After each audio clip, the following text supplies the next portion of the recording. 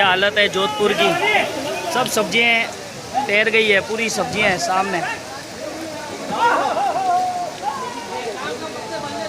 ये पूरी मोटरसाइकिल गाड़ियां सब डूब चुकी है। बहुत ज़्यादा हालत ख़राब है।